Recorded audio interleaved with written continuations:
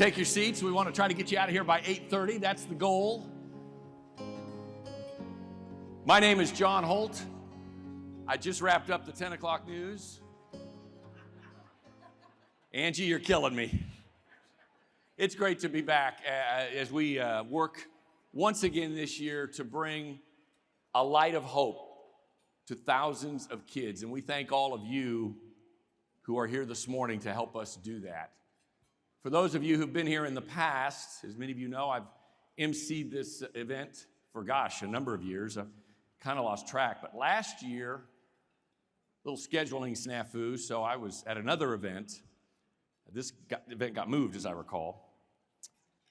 So I realized, and I see that we're celebrating the Chiefs theme today, I realized we've got a couple of things to celebrate, as in 2 Super Bowl wins.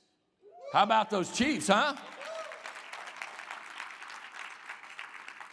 So, fresh from the field at the home of the Raiders, a little confetti for those of you who are Chiefs fans. So there we go.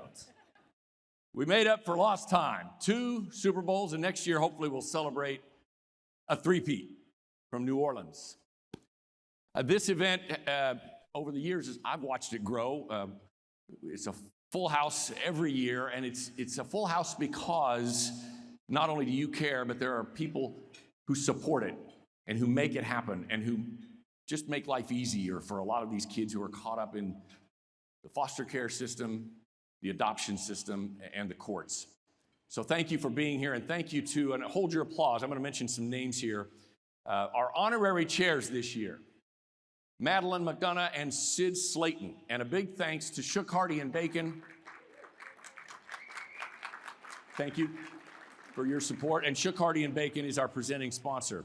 Our enduring sponsors, Gary and Kathy Bussing, America's Auto Auction, Brian and Linda Johnson, along with Colliers International, Lockton Inc., and Kelly and Ron Lockton Family Foundation. Our spotlight sponsor, Victor Wavada, in memory of his late wife, Teresa.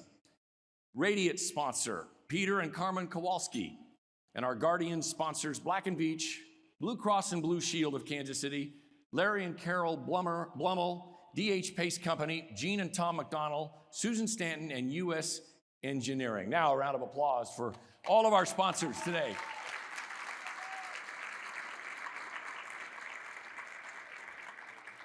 If you have had a chance to look at your program, you'll note the Committee of Hope members who also, volunteers who help put this event on, and we appreciate their help. Check those out in your program. The partnership with the court system is really important and what makes this work, obviously. We want to thank those who are here from the Jackson County court system, the administrative judges and commissioners from the family court, the Honorable Jennifer Phillips, the Honorable Nancy Olemafar, the Honorable Katie Rooney, the Honorable Daniel Borzowski, and the Honorable Michelle Dixon. A big round of applause for our family court commissioners. We also have a great partnership with the 16th Circuit Judicial Court and beyond. The Honorable Jalila Otto is the presiding judge of the court. The Honorable J. Dale Youngs, the Honorable Kevin Harrell, the Honorable Jeanette Rodecap, and the Honorable John M. Torrance. Thank you, judges, for all you do, and if you're here, for being here with us today. Also, partners in the court system who are a big part of what we do, the Jackson County Family Court and Children's Division, Court Administrator Bev Newman, Deputy Administrator Teresa Bird, the Director of the Juvenile Office, Lori Stipp, and the Children's Divisional Regional Manager, Brian West. And we also have, and we welcome as a guest today, the President and CEO of CASA of Johnson and Wyandotte Counties, Natalie Julian. Natalie, thanks for being here. Where is she? Stand up, Natalie, let us say hi to you, or give us a wave. Okay, we're good. These bright lights, man, I'm telling you. Do they make me look better, though? That's the important. Good makeup and good lighting. It's the only thing I demand. That doesn't help either. All right, we got someone we'd like to thank too for all she's done for 18 years. 18 years of working to make events like this possible. She's part of the family. 18 years, Laura Clover. Laura, stand up right here. Where's Laura? Where'd she go? Laura, 18 years. She's the manager of special events. Thank you, Laura.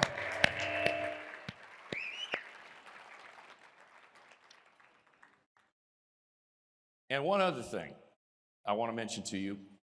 If you are moved by what you hear and see today, and you're going to hear some amazing stories and meet some fantastic people, and would consider being a CASA volunteer, we have a table just for you as you depart.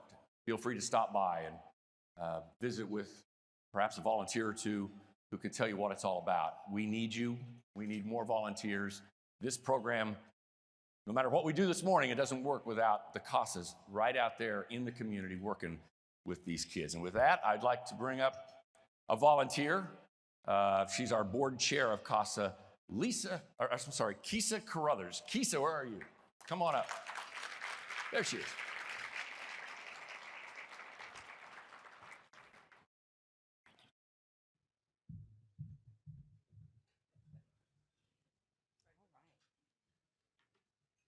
Good morning. Thank you, John. Thank you for that introduction. What an amazing sight this morning. Look at all these beautiful people. Give yourselves a round of applause for being here.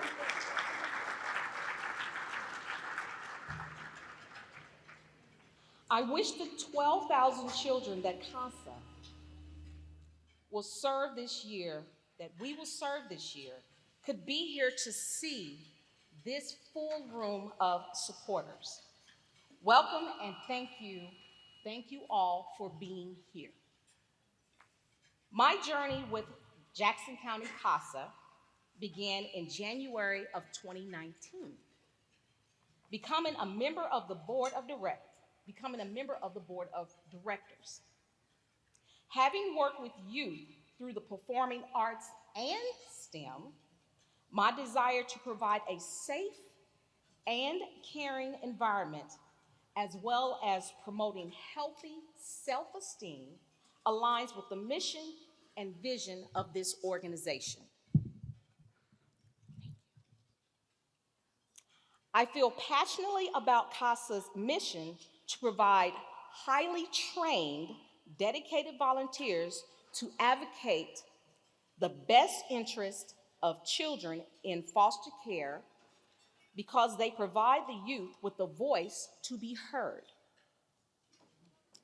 One of the greatest musical artists said, and this is Whitney Houston, I believe the children are our future. Teach them well and let them lead the way. Let the children's laughter remind us how we used to be. CASA is that light of hope that provides a voice of certainty, love, and laughter for the youth. Imagine being a child first brought into the system, unsure of the most basic things, where you'll be sleeping, where you'll be going to school, or when you'll get to see your friends and family. Your whole world is appended, and you are looking to see who you can rely on. Who really shows up for you? Not just once or twice, but for the whole process.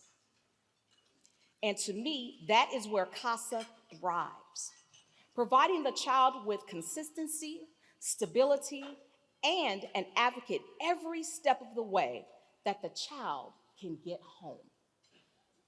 I hope that you are moved by what you hear today and become more involved with CASA. There are a number of ways that you can start today. First, please consider becoming a CASA volunteer and serving as a voice for a child in family court. We need volunteers now more than ever, and you'll hear why in just a moment from Angie. Second, refer a friend to volunteer. Third, if you are able, please support CASA's mission by making a donation today.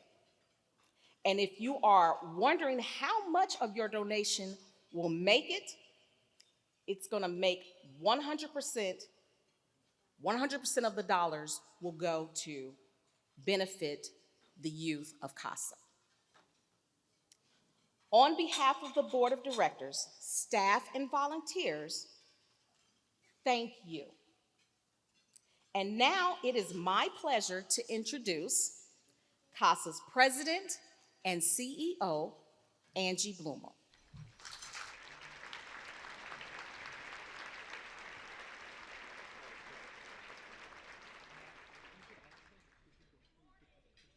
Okay. I'm kind of loud, so I'm the youngest of three kids and known for being loud and not always appropriate. So good morning. It's great to have you all here. Appreciate you. I want to thank Kisa, our board chair, and really all of the board members that are present today and the staff. If you are a board member of Jackson County CASA and a staff member, please stand so that we can recognize you.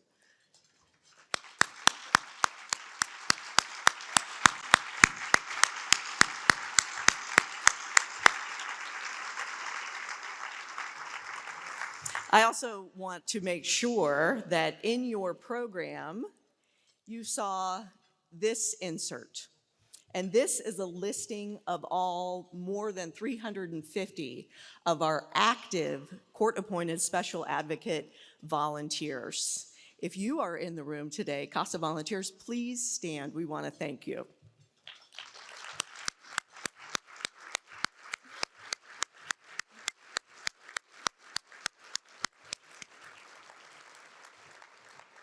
And more on this in just a little bit. We'll have more on this information. We'll have more to share about one of our volunteers that's been with us for 24 years. One of our volunteers has been with us for 20 years. So we'll look forward to that. So I'm excited today to share more with you about Jackson County CASA's future. But to do that, I need to back up a little bit and share some of our recent past. In 2021, thanks to you all, we completed a $4 million capital campaign called Space to Thrive so that we could expand our physical space, we could add to our staff, we could recruit more dedicated volunteers to be able to serve more kids. In 2022, our awesome partners at J.E. Dunn, and they are here with us today, took over our building and completed construction and a full renovation on two homes, what were formerly residences, two houses from 1904.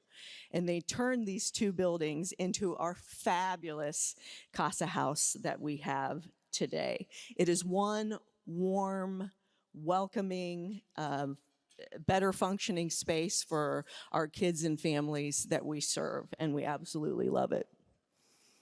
So in 2023, after J.E. Dunn was complete, done with the renovations, we moved in the beginning of 2023, and I quite mistakenly thought, phew, okay, we have a minute to breathe. We're going to get back to our new normal after the pandemic and 3 very kind of busy years with the capital campaign and the construction and all of that good stuff. This is going to be a great year just to settle and really, get settled into our new space. And I laugh because that didn't happen at all last year. There's a proverb that says, we plan, God laughs, and that's certainly what happened to Jackson County CASA in 2023. Last year was simply not meant to be a year for settling in. We began discussions early in the year with our friends at Jackson County Family Court, And I am so proud to announce that today, Jackson County CASA, at the court's invitation and with their full support, will grow to serve 100% of the children in foster care in the county by the end of 2025.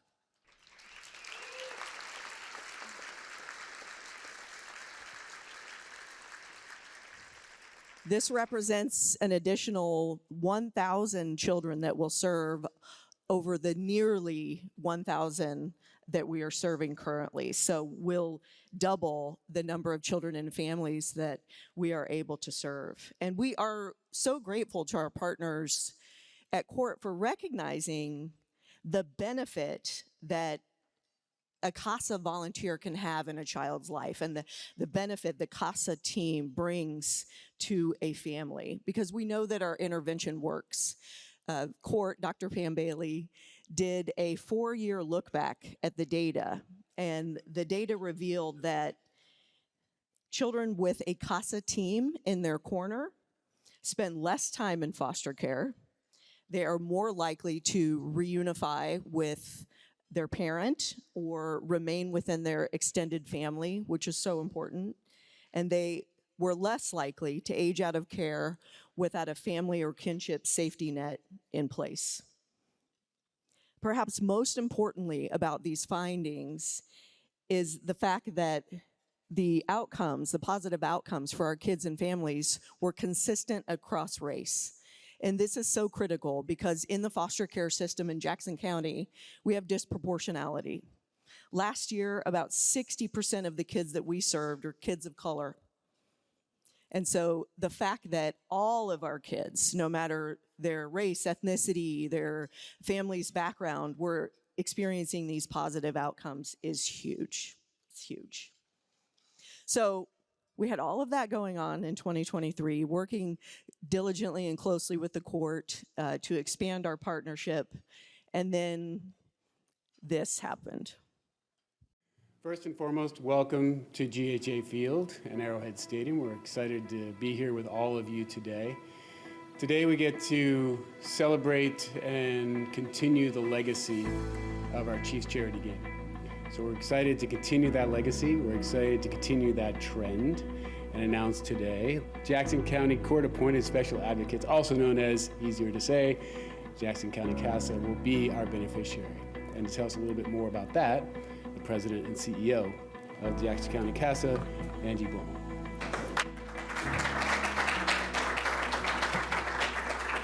Mark, thank you. We are beyond thrilled to begin working with you, the entire Chiefs organization, the Hunt family. This is just such a unique and special opportunity. We can't wait to get started.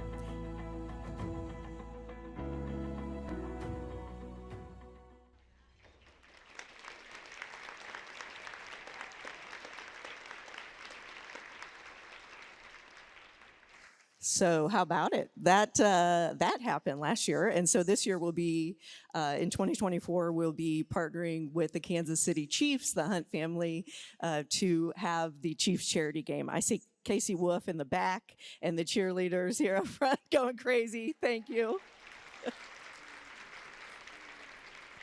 I also would love to give a special shout out to two people that have been incredibly supportive and helpful through this whole process at the Kansas City Chiefs, and that's Ann Scharf. I know she's looking at me like, Angie, no you didn't. Ann Scharf and Ishmael Shoemate. If you would stand, we want to give you a round of applause. Thank you.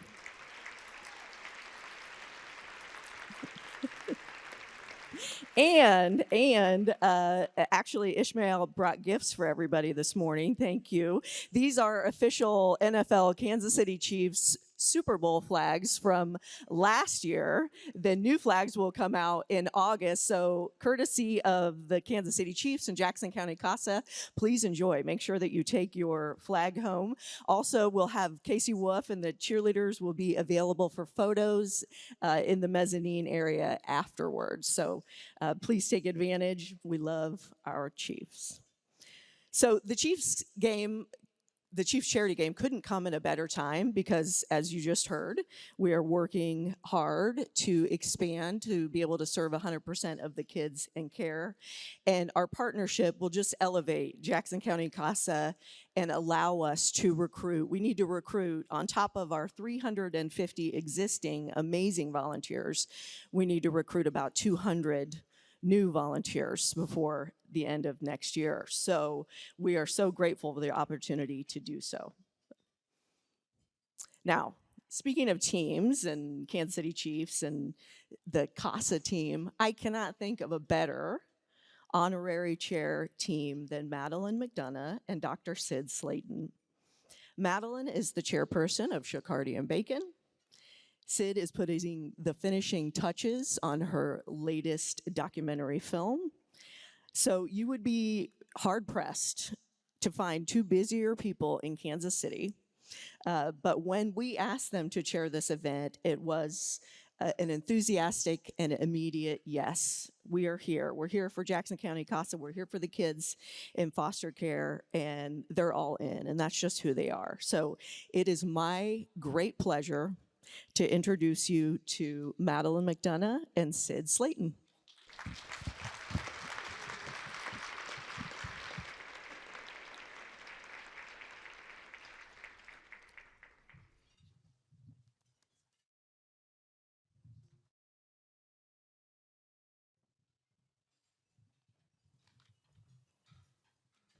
See if I get these bifocals working here. Good morning to you, and thank you, Angie. I first heard about Jackson County CASA from Madeleine and then from Martha Gershon, who invited me to this event several years ago. And my cousin's daughter, Amanda Privatera, maybe some of you have worked with her over, no longer is here, but also from SHB Lawyers. So when I was trying to figure out how to honor my father, Alan Slayton, after he passed away, I thought of a contribution to CASA.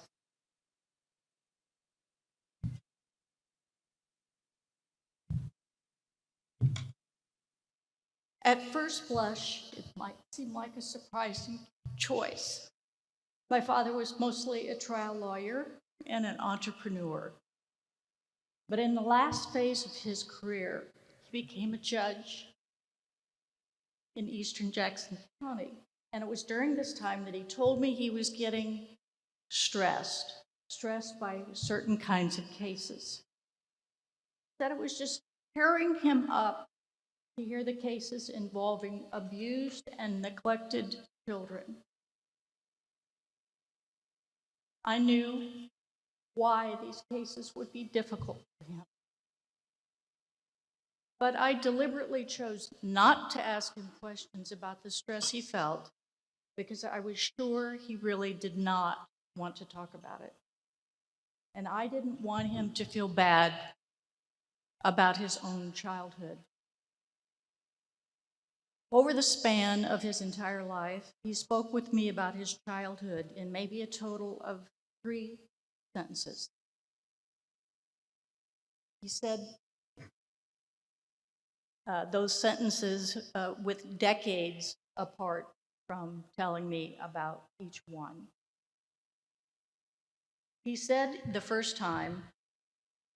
very first thing I remember about my childhood was hearing a siren. Sorry, she's my rock on this and many other things. Hearing a siren outside the house where I was sent to live for a while. A decade passed, and he said, my older brother tried to protect me, and then he trailed off, probably talking about a court case. And his last years, he said, I would try to hide under the bed. Over time, a cousin told me more about what likely happened in those boarding houses that neglect and probably abuse within them. I learned that the children were not fed on a regular basis. They became malnutrition. My father suffered from a virus for which he did not receive medical treatment, which affected his ability to hear later in life, and he ultimately became deaf. His teeth were brittle, and he had other health issues. Alan was adopted when he was 5 years old. That shot of him is probably a year after he was adopted. He was fortunate enough to be adopted by a family he was growing up in Los Angeles, but he was fortunate to be adopted by a family in Oklahoma, a pharmacist and a school teacher. So he got a fresh start, including new clothes. He got his hair cut. He got medical care. He got a mother who fed him regularly. She also read to him, taught him the joy of reading and the importance of education. Of course, we don't ever completely get over an experience of such tremendous trauma and loss. And I believe the feelings of abandonment and shame and other mental health issues never left my father entirely. But with love and attention and medical care, he overcame so much. I wish that, I'm sure you wish that for all these children who suffer, as did my father, that they would also have the chance to overcome. And I thank you, so many of you, for making that possible. And I urge us to consider what else we can do for these children who need our help so desperately.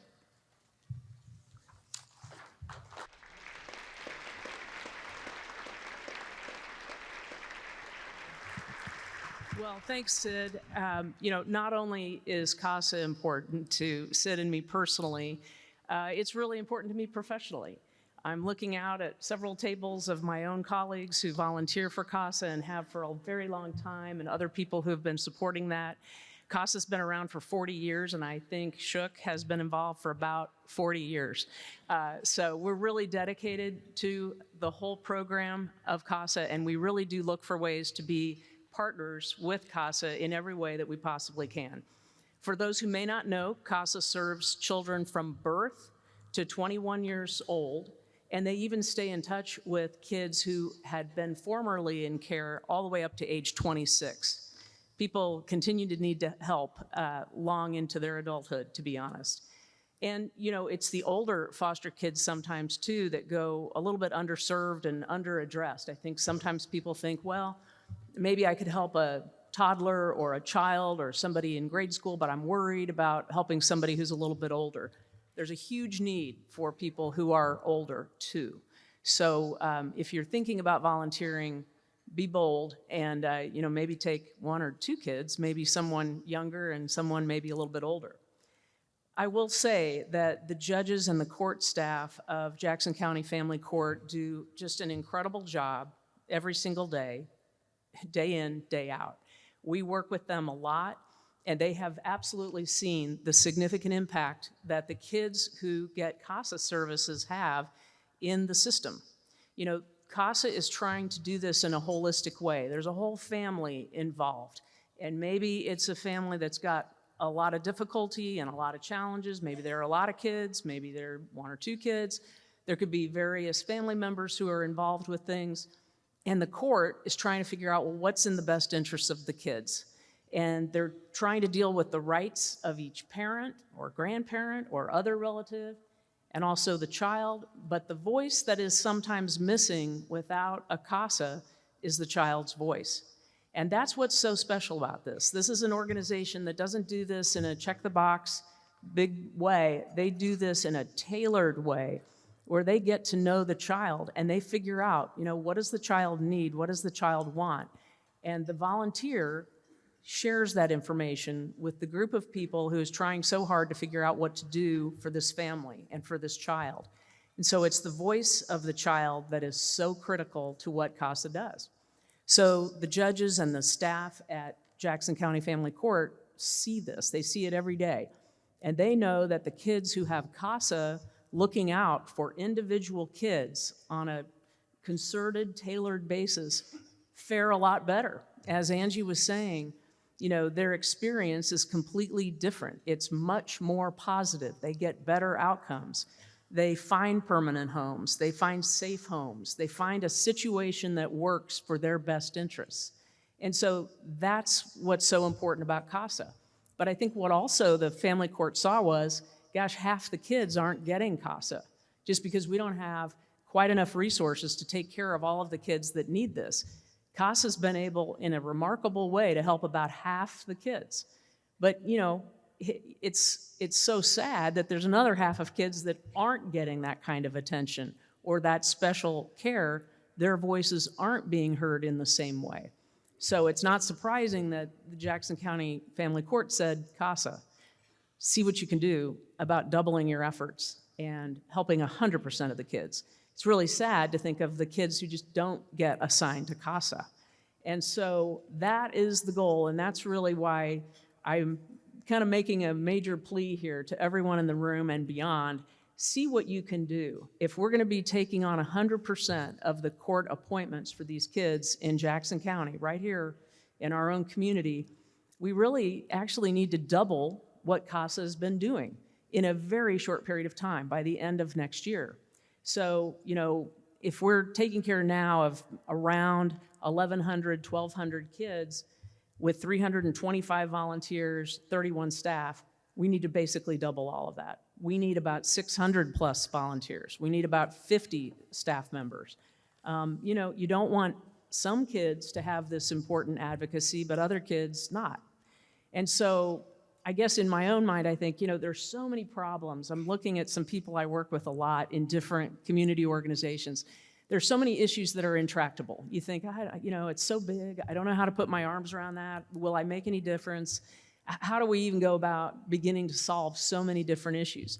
This is really tangible. We can do this. This is really specific.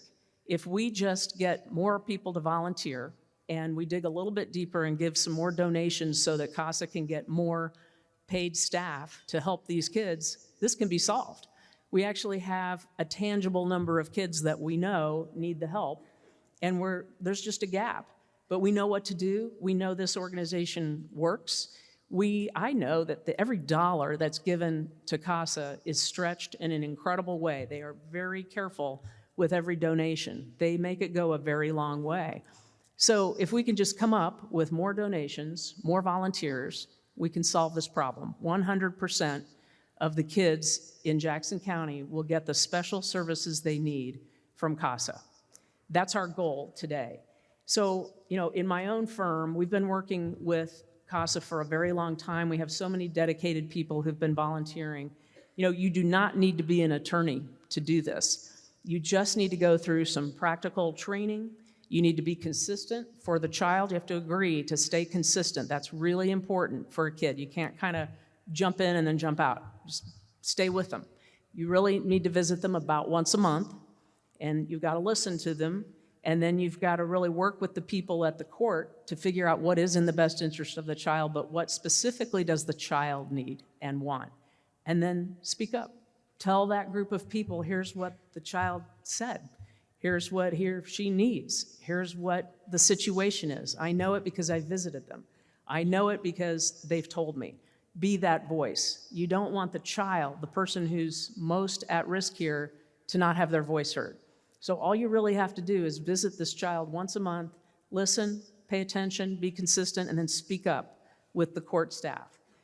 So anybody can do this if you would just commit to that. And if you can do it, or if you're already doing it, because I know we have a lot of volunteers in the room, ask a friend to do it. Ask a family member to do it, maybe a retired friend. A lot of people I know have retired and they've said, okay, I should have done more of this when I was working. I wish I had. It's a regret. But now that I'm retired, I'm going to take on a couple of kids. try to talk to people about this program, because this is something we could just solve. And I think we have the opportunity to do it now. If you can donate, please try to do that too, because then you get the infrastructure at CASA to get people who know this, who can do the training, provide all the support to the volunteers. They really make it easy, and they want to help you. If you have problems or questions or anything you're concerned about, they're right there for you. So this is really something that could be accomplished.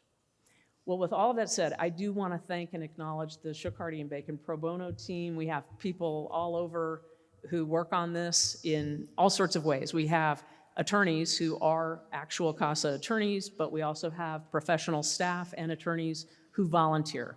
And I just want to thank you all. So many of them are here today, but many of them could not be here today. But thank you all. And then I also want to just give a special thanks to one particular Shook attorney who this year has been a CASA volunteer and a pro bono attorney for 20 years, and that's Dawn Blanche. Dawn, congratulations. Thank you. And lastly, I have one more very special partner at Shook that I want to recognize, and please turn your attention to the screens now for that.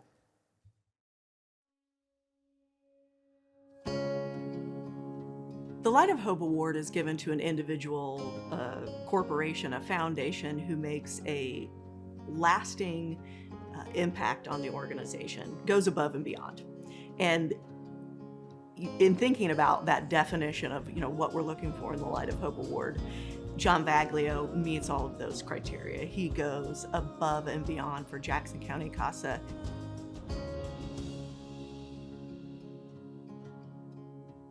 I don't think you could be more dedicated than John has shown to this organization.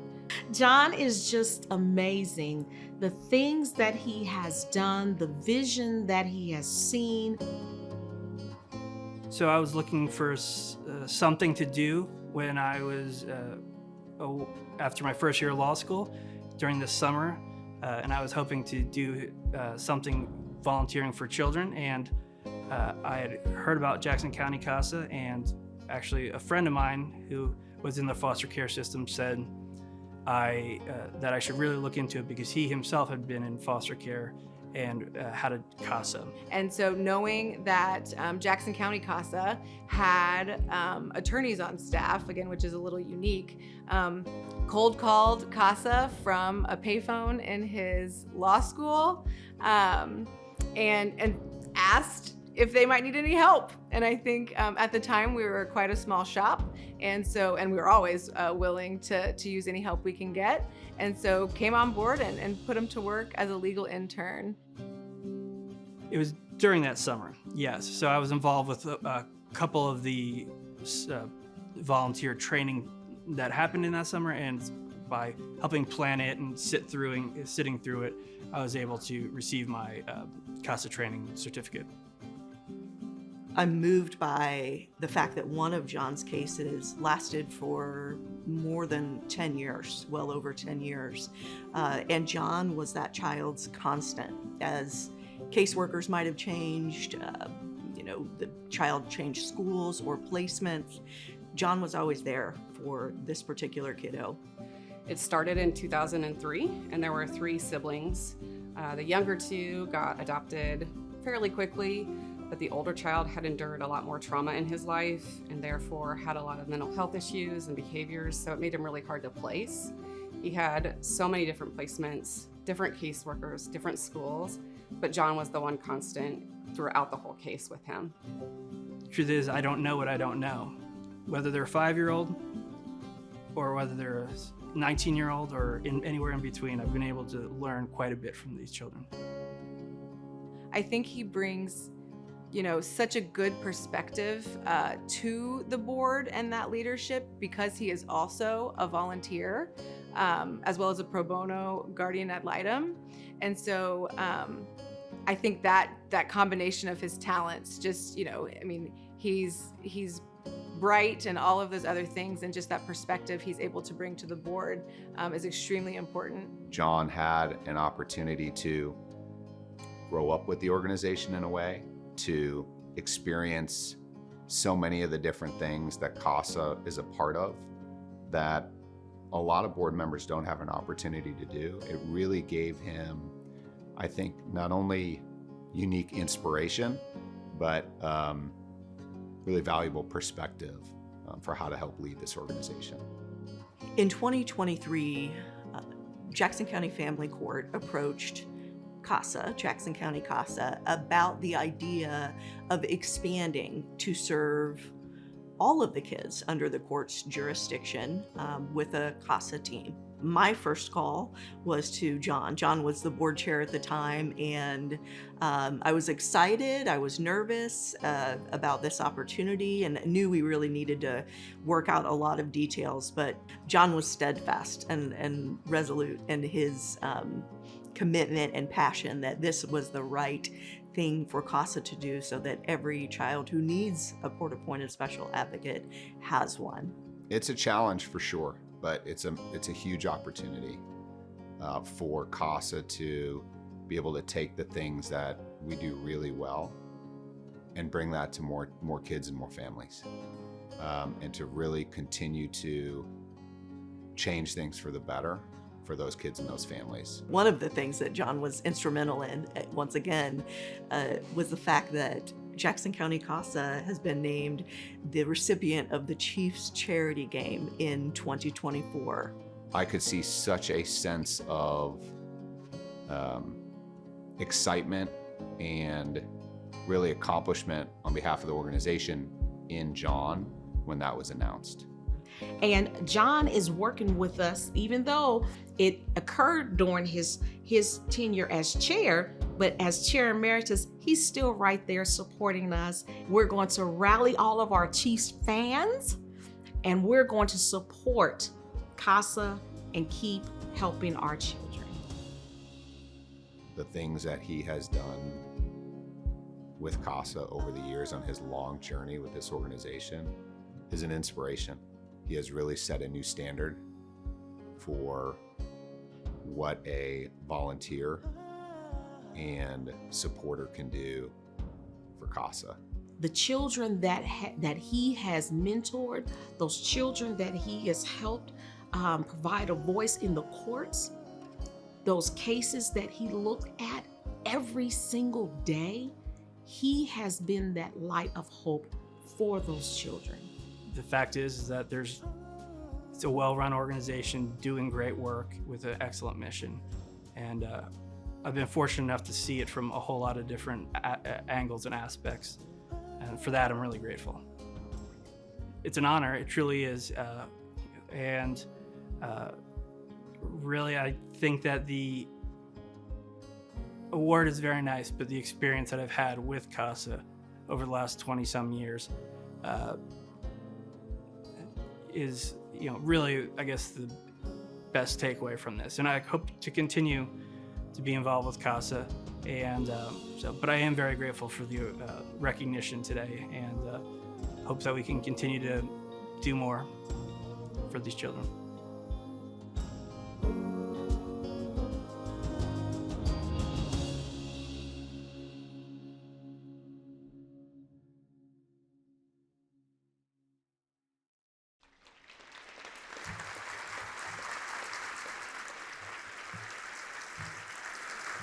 Well, it is my distinct honor to give this award, the CASA Jackson County 24th Annual Light of Hope Award, to John Vaglio.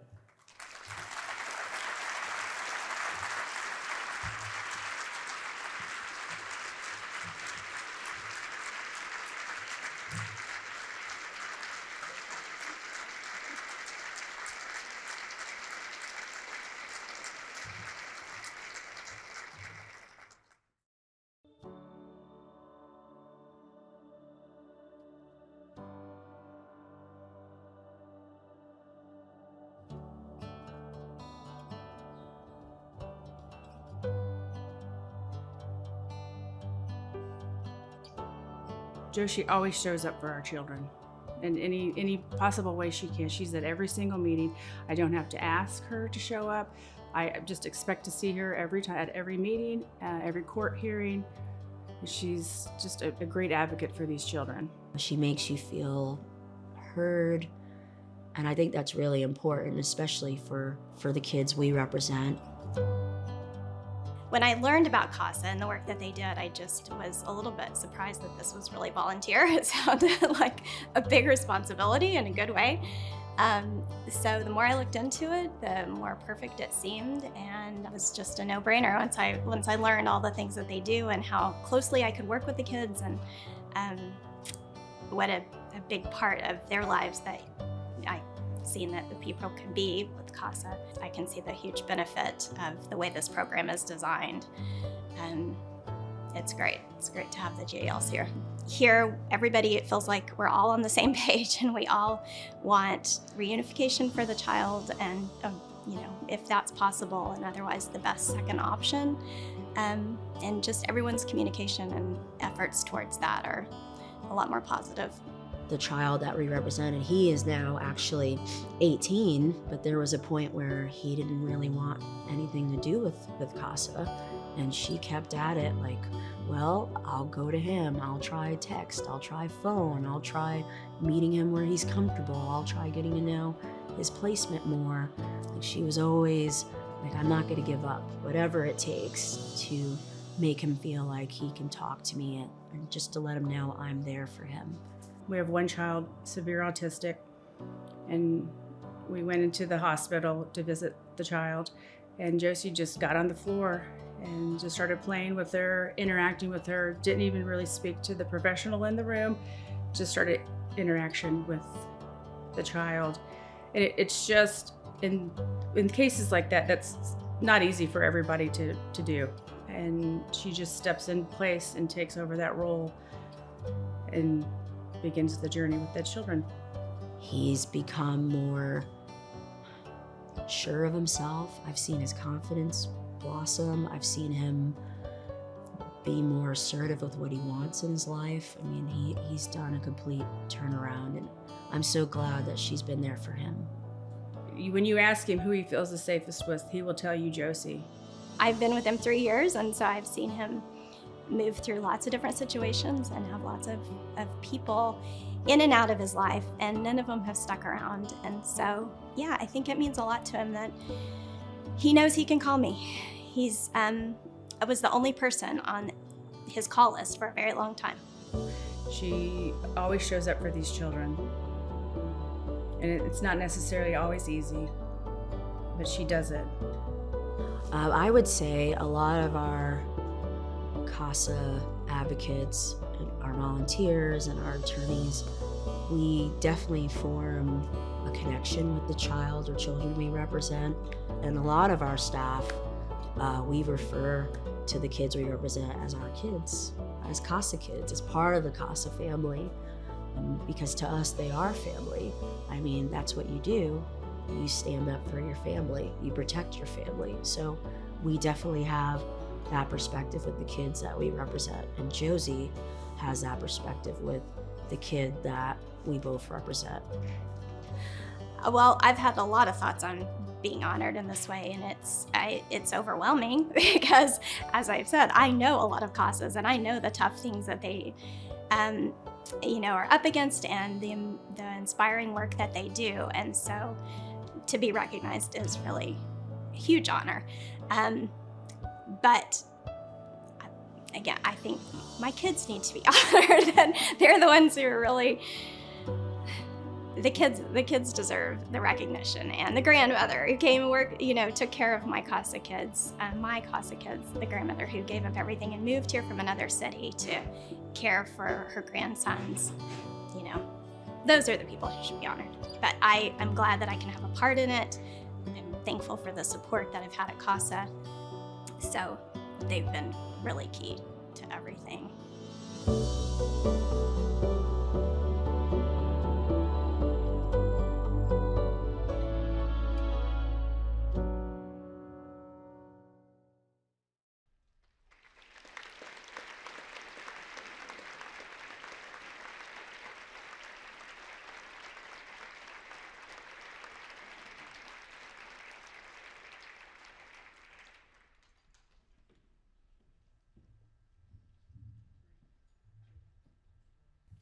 Josie Sutkin.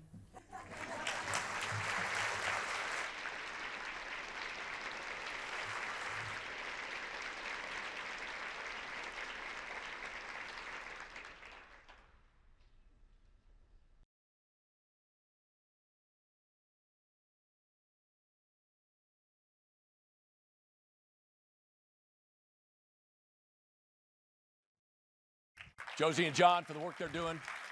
Thank you. Congratulations. Pretty excited about this Chief Charity thing. I didn't bring enough confetti from Las Vegas, man. We needed bags and bags of it. That's really cool. Thank you to the Chiefs and cheerleaders and Casey Wolf for being here to help us celebrate. We appreciate that. And Madeleine and Sid, thank you for your support for this program. And Sid, I know it's not easy to tell that story, I know, about your dad, but it's necessary, and I appreciate you taking the time to do that. And speaking of stories, we have another one that we're going to present to you now that is, again, just as Sid's was, from the heart, about the importance of a CASA volunteer in a family's life. And I want to let Amy Harris take it from here. Amy Harris, your keynote speaker.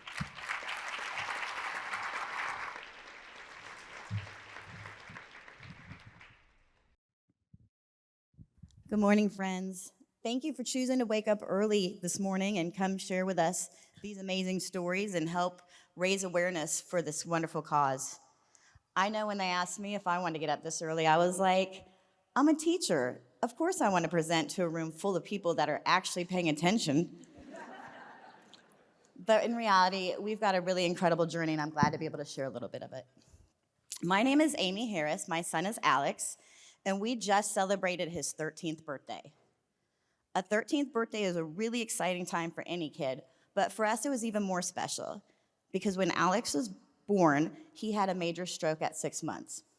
This damaged a large part of his brain and left him in ICU for over a year. When he was finally released from ICU, he was released to a medical foster home for individuals with profound disabilities who needed total care. His prognosis was grim, and he was not able to eat, breathe, or move on his own without any assistance. They were told not to expect more than what they saw. It was only 3 months after Alex arrived at the group home that I arrived in Alex's life. I was looking for a part-time job with flexible hours while I finished my degree in special education. And they needed somebody to work with a new baby, and that's where our journey began. When I met Alex, he definitely was very sick, but he had this spark in his eye and this smile that lit up his whole soul when anybody would walk in his room. I knew there was a lot going on behind those eyes than what those scans were showing. As time progressed and I learned new skills, I was able to help him learn new skills as well. My original suspicions were correct. He got off the vent, he started to scoot and learn his environment. He was very curious and he wanted to learn everything around him, and I was more than happy to teach him. Over time, Alex started to walk and talk.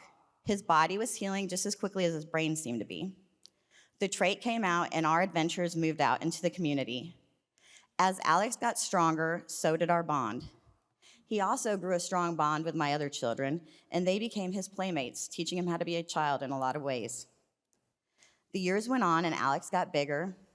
I stayed on at the group home so I could remain a constant in his life. When COVID came, I started taking Alex on weekends so that he could get a break from his group home and we could still see him. Then in late 2021, I got a phone call from the owner of the group home. Her husband had cancer and she was closing the group home. She was scared because she didn't know what was going to happen to Alex. I asked if I could contact his caseworker, and I began the process that day to get licensed as a medical foster home in hopes that he could come live with me. As it turned out, because of the years that I had spent with Alex, I qualified as a kinship guardian. Alex officially moved in on May 9th, 2022, and with him came a slew of caseworkers. So many people came in and out of our lives that I couldn't keep them straight, let alone what agency they were coming from. Every month seemed like an unending stream of new faces. Because of the complexity of Alex's case, we had 4 different organizations that we worked with. In the 11 months prior to the adoption, Alex had a total of 14 different case managers. That's when I learned that the average lifespan of a social worker is 2 years. It's a really tough job. They are spread entirely too thin to be able to maintain long-term under those conditions. It's not because they don't love these kids that they're leaving. It's because the system is broken. With all these different organizations and their acronyms, none of which I understood the actual purpose in their life, came CASA, another one I didn't bother to look up, and another face I didn't bother to remember. I just updated my growing contact list of people to contact in a mass email if we should have any needs or issues. By the end of the 3rd month that Alex was with me, I was starting to figure out who did what kind of. But what I did notice is that despite all the craziness that was going on around us and all of the changing names and faces, one face never changed, and that was Ashley Freesting with CASA, whose name I now remembered, of course. She was as sweet as could be. She would be at my door every month just smiling, ready to hang out with Alex. Her goal was different, though, than the other case managers that came. She was there just to hang out and see how his day was going, how his world was going. She obviously had great conversation for all of us, but it wasn't like an interview. She wasn't taking notes. She was just like having a friend at the house to visit. As the months went on and things continued to change in ways I couldn't control, like when I lost my job and I was sure that Alex would be taken from me for not having stable employment, I called Ashley first to find out what would happen. I trusted Ashley and I knew that she would be honest with me. There were also things that changed that I could control, like the consistency of love and support that he got at our house, his medical plan, and his educational goals. During this transition time, Alex was changing in ways that none of us even thought were possible. Alex was now in a safe place and had a team of people that were completely focused on his growth. During that 11-month period prior to the adoption, Ashley was able to witness him come off of 19 different medications, most of which were for severe behaviors. He was growing stronger and getting bigger every month. He no longer needed to wear a helmet for self-injurious behaviors. He learned to use the restroom completely independently, and he started to take all of his foods and medication by mouth. He no longer was this kid that couldn't sit still long enough to hold a basic conversation when she'd come to visit. He was making all of these amazing leaps and bounds, and Ashley was there to witness it all. In April 2023, the time had finally come. We had our court date to finalize the adoption. When the day arrived and we walked in the courthouse, it was packed.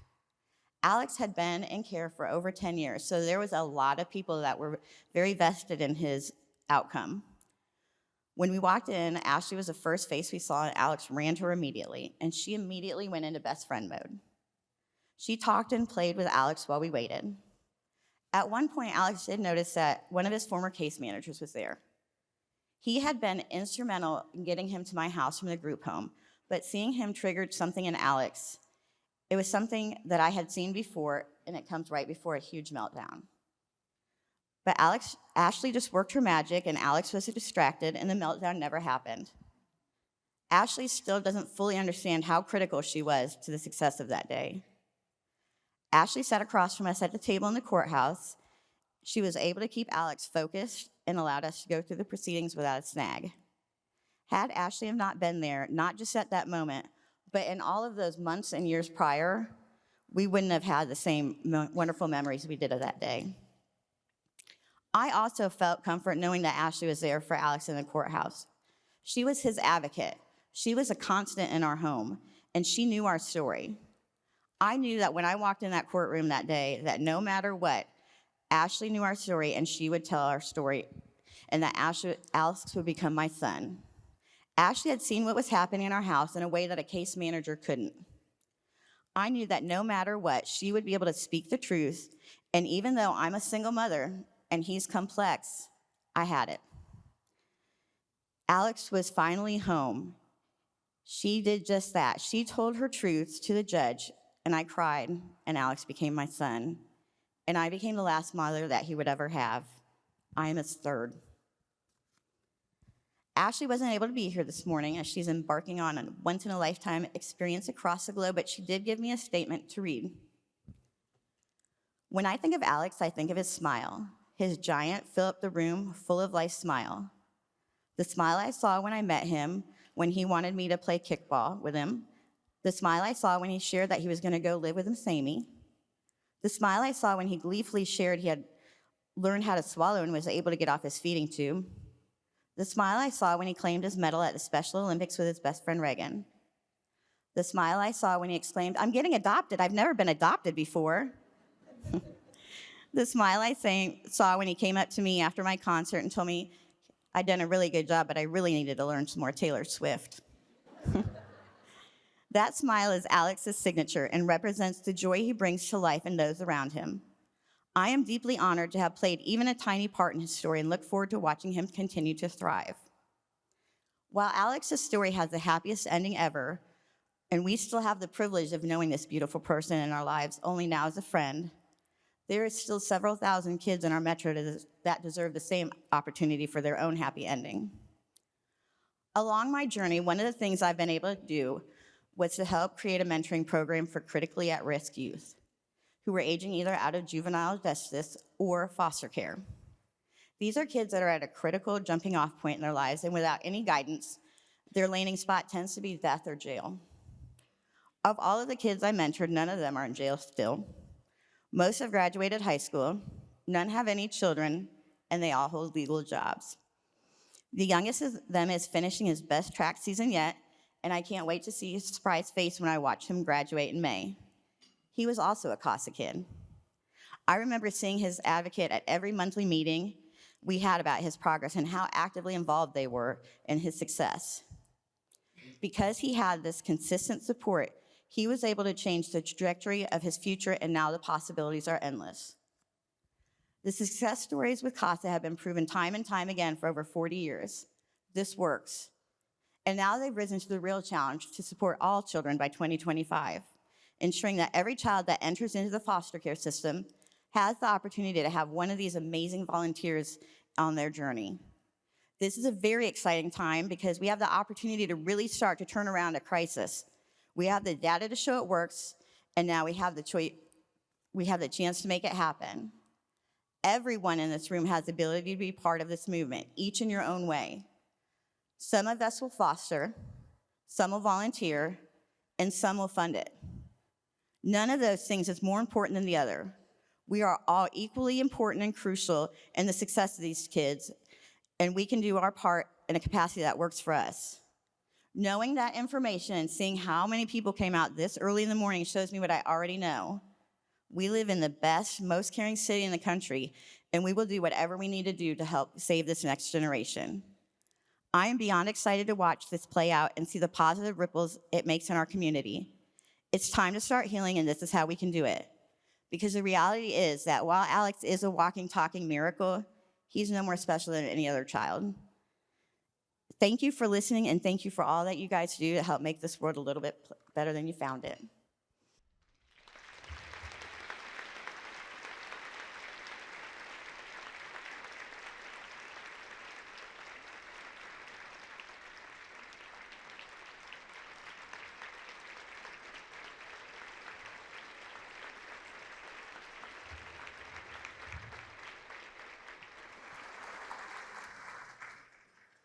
Thank you, Amy, for sharing your beautiful story, your family, and your CASA volunteer, Ashley, and her impact on your life.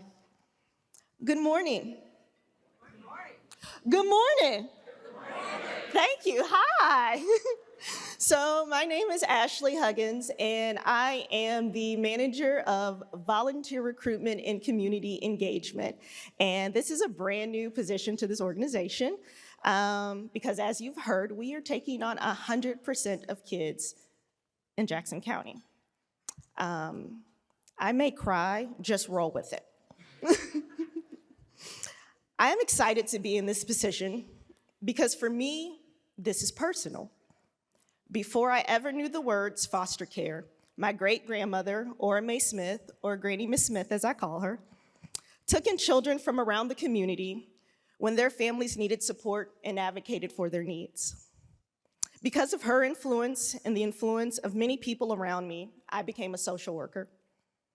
I worked for Children's Division and other community agencies after graduating. So although I know and knew of CASA, I didn't know the importance of what they did. That all changed the summer of 2016. I became the kinship placement for one of my favorite people on this planet. Raise your hand if you know a young Roscoe. Anybody know a kid named Roscoe? Great. So I call all children Roscoe just to protect their identities. I want them to be able to tell their story. So we're gonna refer to my baby as Roscoe.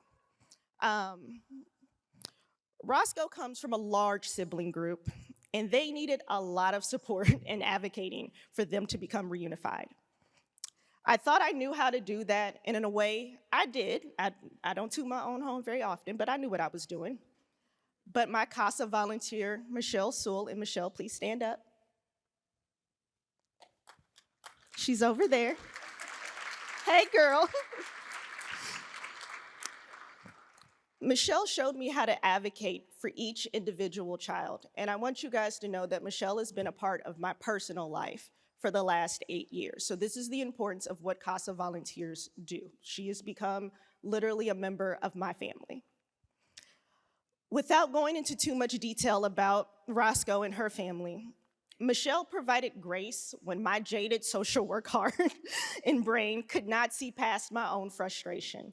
As Amy explained, social workers burn out very quickly. It's not because we don't want to be here, it's hard work.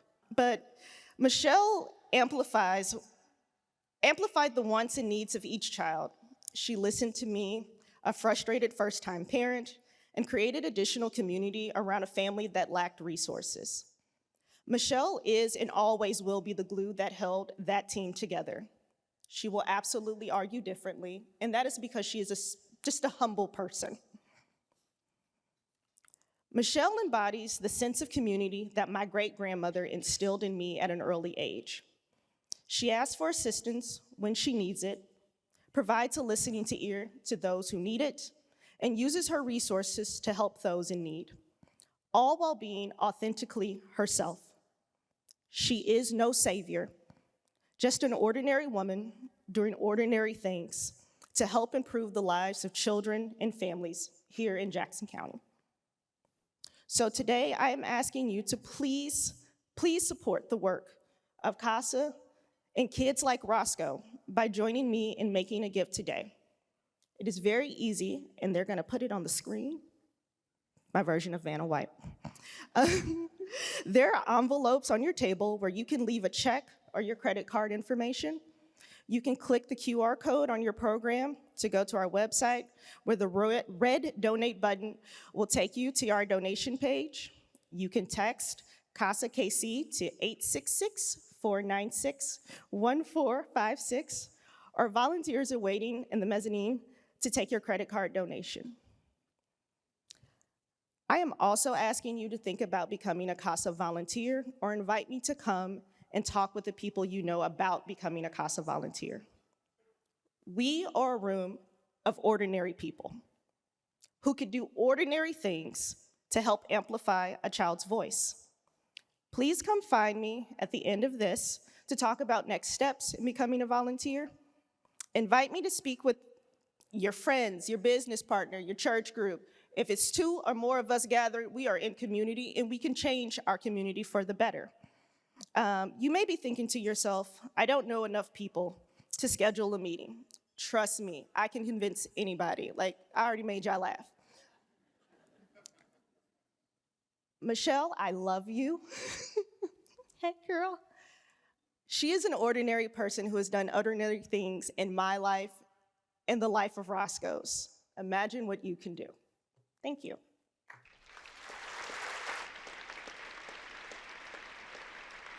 Thanks, Ashley. One thing I forgot in my remarks.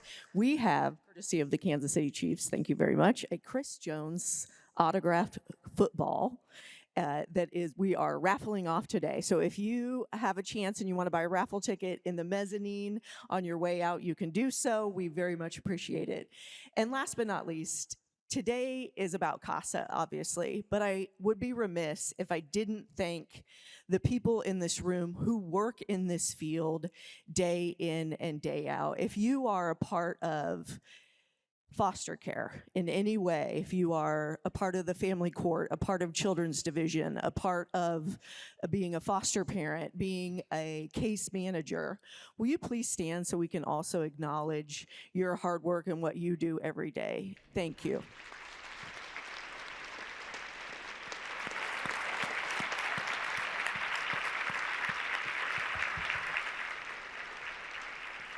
And Angie, thank you for the great work you do to keep us all in line and mostly on time today, right?